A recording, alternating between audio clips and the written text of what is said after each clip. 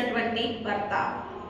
2021లో కరీంనగర్కు చెందిన సునీతను వివాహం చేసుకున్నాడు మహేష్. సునీత మరియు మహేష్ ఇద్దరు కూడా సాఫ్ట్వేర్ ఎంప్లాయీస్. వాళ్ళిద్దరు వివాహ అనంతరము కెనడాకు తిరిగి వెళ్లి ఉద్యోగరీత్యా అక్కడే స్థిరపడ్డారు. మొదట్లో ఇద్దరు సంతోషంగానే ఉన్నారు. కానీ కొంతకాలానికి వారిద్దరి మధ్య విభేదాలు తలెత్తాయి. దీనితో సునీత భారత్ కు తిరిగి వచ్చింది. హైదరాబాద్ వనస్థలిపురంలో తన నివాసాన్ని ఏర్పరచుకుంది. అనంతరం మహేష్ పై వరకట్న వేధింపుల కేసు నమోదు చేసింది. దీనితో పోలీసులు మహేష్ ను పట్టుకునేందుకు నోటీసులు జారీ చేశారు. ఈ నేపథ్యంలో విదేశాల్లో తను పనిచేస్తున్నటువంటి సంస్థ చర్యలు తీసుకొని మహేష్ ను భారత్ కు పంపించింది. అతని వీసా మరియు పాస్పోర్ట్ కూడా రద్దయ్యాయి. భార్య సునీత చేసిన ఈ పని మహేష్ లో మరింత ద్వేషాన్ని పెంచింది. ఆమెపై పగ పెంచుకున్నాడు. ఈ క్రమంలో మహేష్ భారత్ కు రావడం, పలుచోట ఉద్యోగాల కోసం ప్రయత్నించిన ఫలితం లేకుండా పోయింది. ఈ క్రమంలోనే సునీత మహేష్ కు డైవర్స్ ఇచ్చి మరొక అతన్ని వివాహం చేసుకుంది. ఇది తెలిసిన మహేష్ మరింత కోపంతో సునీతపై పగ పెంచుకున్నాడు. సునీతను ఎలాగైనా హతమార్చాలని